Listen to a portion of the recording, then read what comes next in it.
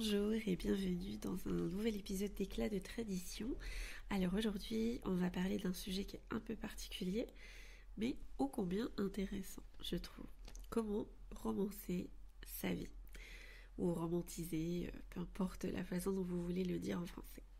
Alors vous savez, dans notre quotidien souvent trépidant, on peut parfois se sentir un peu noyé sous la routine, sous les tâches quotidiennes, et puis l'infinie liste des choses à faire. Mais si je vous disais que c'était possible de rendre tout ça plus beau et puis plus excitant, tout en restant bien sûr dans la simplicité, qu'en diriez-vous? Alors aujourd'hui, on va explorer comment ajouter de la magie et puis du sens dans les moments de notre vie quotidienne tout en restant ancré dans la réalité.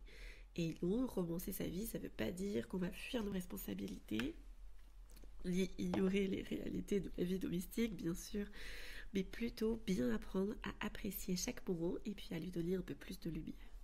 Si vous êtes prête à découvrir des astuces pour transformer votre quotidien en quelque chose d'encore plus beau, eh bien, nous voilà partis.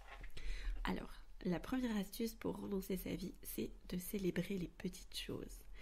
On pense souvent que pour vivre une vie romancée, il faut attendre des événements extraordinaires ou des moments de grande joie. Mais la vérité, c'est que dans chaque jour, il y a des moments à savourer, si on prend le temps de les remarquer en tout cas. Alors concrètement, comment faire?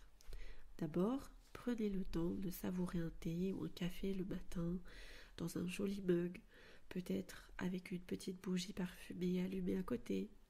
Et ce simple geste, ça peut vous transporter dans un état d'esprit déjà un peu plus agréable. Vous pouvez aussi décorer un coin de votre maison avec des fleurs fraîches chaque semaine.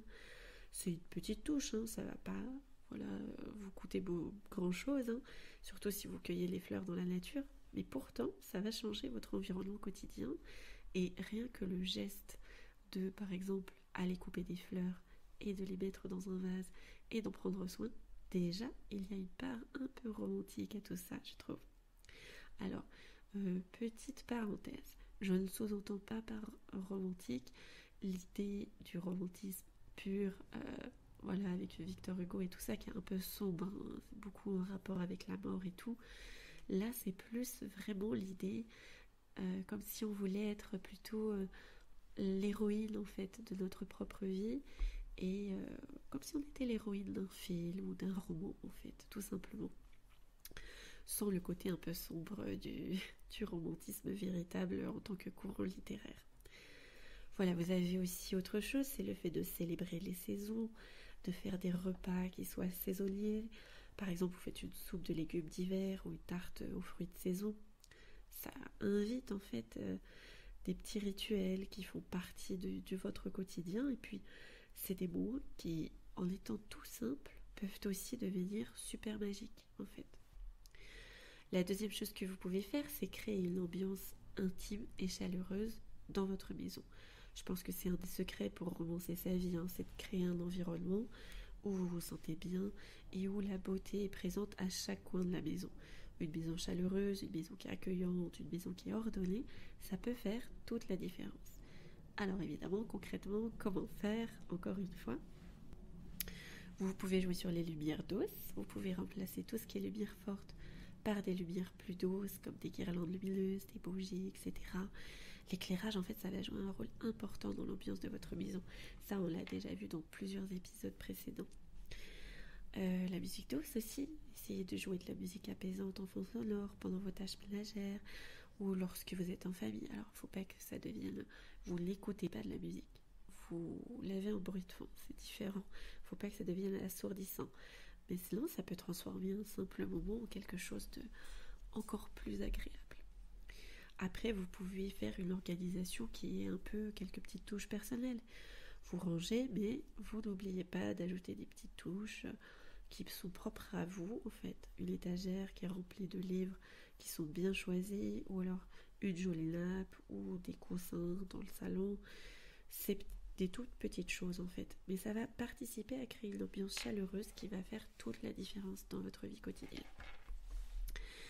Après, vous avez aussi la possibilité d'ajouter des rituels et des traditions à votre quotidien. Et ça marche énormément pour romancer sa vie. Ce sont des éléments qui sont très très puissants pour romancer. pour créer une ambiance un peu agréable dans la vie. Parce qu'en créant des moments réguliers que vous attendez avec impatience, vous donnez en fait à chaque semaine une sorte de magie et puis d'importance. Et ces moments, ils peuvent être des instants de qualité en famille, des moments de détente toute seule, ou même des rituels spirituels. Alors, concrètement, comment on fait ? Vous avez la possibilité de faire un rituel du dimanche. Le dimanche soir, vous préparez une table magnifique pour le dîner, même si c'est un repas tout simple. Vous utilisez de belles assiettes, vous utilisez des bougies et vous créez une ambiance. Ça va changer la façon dont vous voyez la fin de la semaine, vous allez voir, c'est radical. Vous pouvez créer des rituels spirituels. Tous les jours, vous prenez un petit moment pour vous recueillir, pour prier, pour méditer. Ça peut être aussi simple que de dire une prière dans la journée avant de commencer les activités quotidiennes. Ça peut être que ça. Vous pouvez aussi faire des rituels de détente, instaurer un petit moment de lecture, un bain le soir. Ça peut être une belle manière de finir la journée sur une note assez douce et puis apaisante. Vous avez aussi l'option de créer des souvenirs, surtout si vous avez des enfants. Parce que les moments passés avec vos enfants, ça peut très vite devenir des instants magiques. Surtout si vous les rendez plus significatifs. Organiser des activités en famille, même si c'est des activités toutes simples, ça peut devenir des traditions familiales appréciées et attendues. Alors concrètement, comment vous pouvez faire ? Vous avez les activités manuelles. Créer des objets, des cartes fait maison pour chaque saison. Par exemple, vous pouvez faire une petite chasse au trésor de Noël ou de Pâques, ou même préparer des cartes pour la fête des mères ou la fête des pères à l'avance. Vous pouvez cuisiner ensemble. Les enfants, ils adorent aider à la cuisine. Vous pouvez en faire un moment spécial chaque week-end qui revient. Ça pourrait être préparer des biscuits, préparer des gâteaux pour un goûter en famille. Ça pourrait être tout ça. Vous pouvez aussi instaurer une promenade, organiser des promenades à thème en fait, dans votre quartier ou au parc. Vous pouvez être en mode explorateur, ça plaît beaucoup aux petits gars. Vous pouvez collecter des éléments de la nature et puis les utiliser pour des créations artistiques à la maison après. Et la boucle est bouclée. Après, vous avez aussi, je pense que c'est important, l'idée de changer de regard sur les choses qu'on fait chaque jour, comme le ménage, la cuisine, le jardinage. C'est des tâches qui peuvent paraître ennuyeuses, qui peuvent paraître répétitives, mais qui en fait peuvent devenir de véritables occasions de créativité et puis de satisfaction. Alors concrètement, comment on fait ? D'abord, vous avez l'option de faire de la cuisine créative, parce que la cuisine, c'est une tâche à laquelle on va tous être un peu confrontés, il faut bien manger. Mais vous pouvez rendre ça agréable. De temps en temps, quand vous avez un peu de temps, essayez des nouvelles recettes. Ou alors organiser des soirées à thème, comme par exemple soirée pique-nique. Avec les enfants, nous on a une soirée mexicaine, ou des repas autour de recettes anciennes, etc. Vous pouvez même créer une carte de saison en fait, pour chaque mois, et puis la suivre en fait, tout simplement. Vous pouvez aussi faire le ménage dans une ambiance agréable. Mettez de la musique, rendez le ménage beaucoup plus fun. Pourquoi pas transformer votre session de nettoyage en moment de danse ou de jeu ? Moi j'adore faire ça.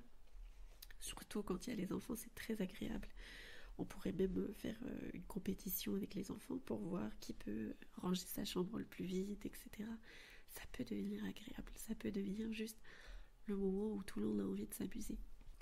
Le jardinage aussi, si vous avez un jardin, commencez un petit potager et puis même un petit coin de jardin avec des plantes en pot, ça peut être un moment très gratifiant et puis très très agréable aussi.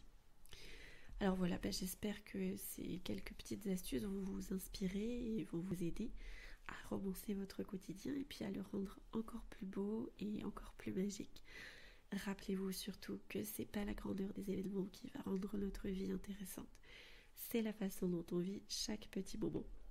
Et puis en ajoutant un peu de créativité, des rituels, des petites touches de beauté à notre quotidien, on peut vraiment transformer notre vie en quelque chose de spécial et en quelque chose d'authentique. Il suffit de voir en fait la magie qui va résider dans les choses toutes simples. Je vous remercie d'avoir écouté cet épisode d'Éclat de tradition. N'hésitez pas à me faire part de vos idées ou de vos propres astuces pour romancer votre vie.